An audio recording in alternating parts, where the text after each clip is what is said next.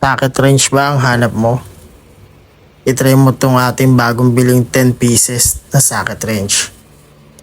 Pwede po to sa ating mga motor, sasakyan, pang change oil, pang maintenance.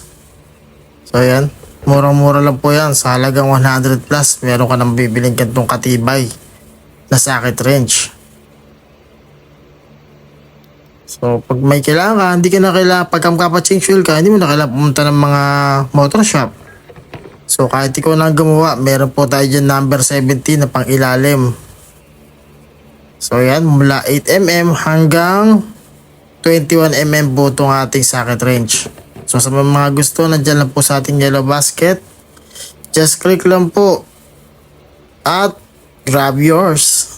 So ano pang hinihintay? Bago pa magkaubusan, click nyo na. Andyan ang ating link sa ating yellow basket. So thanks ulit. And God bless.